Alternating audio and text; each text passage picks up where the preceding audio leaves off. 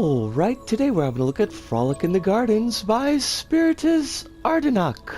Alright, so here we are in Frolic in the Gardens by Spiritus-Ardynach, and I hope I'm getting that name right. I'm never 100% sure sometimes how names are to be pronounced, but got our fingers crossed. Is that ground grabbable? The ground is grabbable, but we're gonna... Oh fudge! I fudged it? Do I need, like... What? How do I... I need the block up there to get this... Oh! Tricky! Well, that was... cute? I don't know how I feel about that. That was a little bit weird. But, we can forgive a little bit of cleverness. Can we jump on that button? What was going on with that? Why were they not letting us jump on the button? I don't know, but I do know that I love the gardens as a theme. I think that, like, honestly, the gardens was a really solid start for a game. I think Media Molecule did a great job in choosing this as a setup, because it's got like a nice homey feel to it, and it really kind of pulls players in. But it's like, I don't feel like I see garden adjacent themes in levels often, but I don't really see a lot of levels that are rocking this particular theme. Now, the title page tells us like that we've been gone for a while, we should go check out what's going on with the king. So it feels like there's going to be some story here, but not seeing it yet. And that, is perfectly fine. I'm gonna do a tutorial about checkpoints again soon. I'm gonna revive my checkpoint tutorial because I've been running into checkpoint issues again recently. Minor ones, but still. Oh, it's the princess! Is this Spiritus? Hello, my good sack person. Excited to see my father the king? He's retired. Go to the seaside. Mother Dearest herself is always on the moon these days. Okay.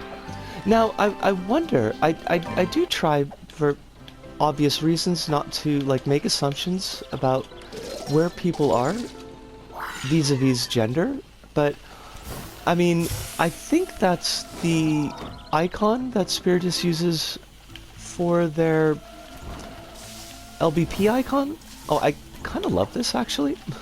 It's kind of tricky, but I do love it. Should I assume that Spiritus is a lassie? I don't... Why? That gate doesn't seem to be doing a good job of stopping anybody, is the thing. Oh, what? This is already 3 minutes? No way. We're gonna have to go back to the hub. That is such a shame, because I'm loving the level so far, but we'll see you there. See yas! And we're back, and Frolic in the Gardens by Spiritus-Ardynach. I hope that's the name, that's pronunciation.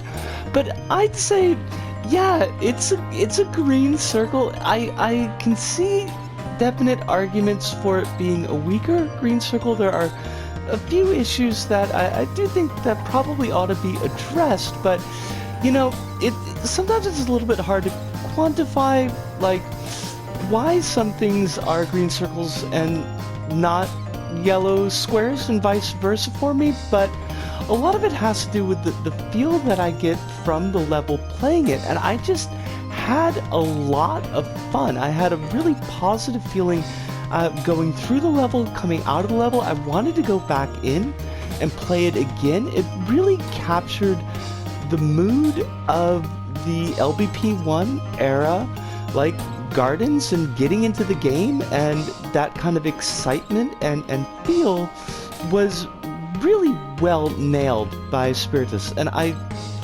it's hard to like point to, and I can understand if you don't have that takeaway from it. But for me, yeah, definitely this is a green circle. I love to see levels like this, and I really want to see more in this series, but we're going to talk about that in a sec. To get a little bit more granular and talk about some of the things that the level did well, presentation. Like, it feels like the gardens. It looks like the gardens. It uses the material set and the stickers, but still does its own thing with them, and I think that's really important. It's not just like a carbon copy. It's an homage, but it's its own thing, and that was really, really cool. I think that it works well as kind of an introductory level by nature, that, you know, there's nothing challenging here, really. There's nothing that's going to get a player, you know, killed. There's like a danger spot in the middle of it where you've got that fiery floor, and there are a couple of enemies. I thought those enemies were pretty cool. I like that the ghost painting in the background, like that was neat, but like that's really the only place I think that a player might end up getting themselves killed.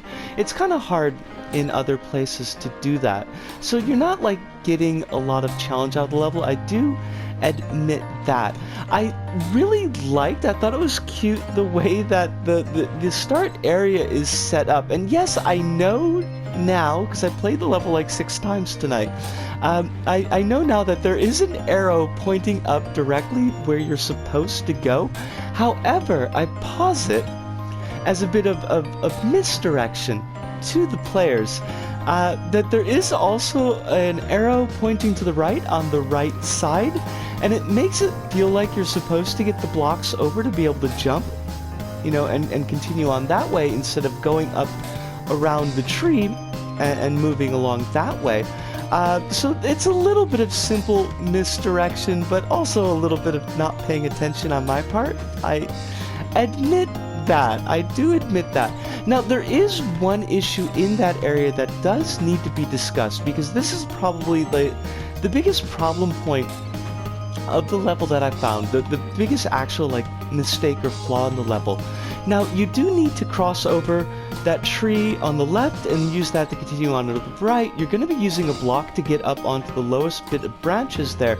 That block is not glued down, it's not made immobile, and you can pretty easily actually knock the block off of that platform, in which case you brick the level, because you can't actually get up onto the tree where you need to be without the block there. I tried a lot of kind of monkey bars and swinging around to see if I could just barely get myself over up onto the top, and it is just unfortunately not doable. So I would say if there's one change I do think the level needs, it's to make that block stationary so that the players can't accidentally break the level right off the bat. So that is one point against it.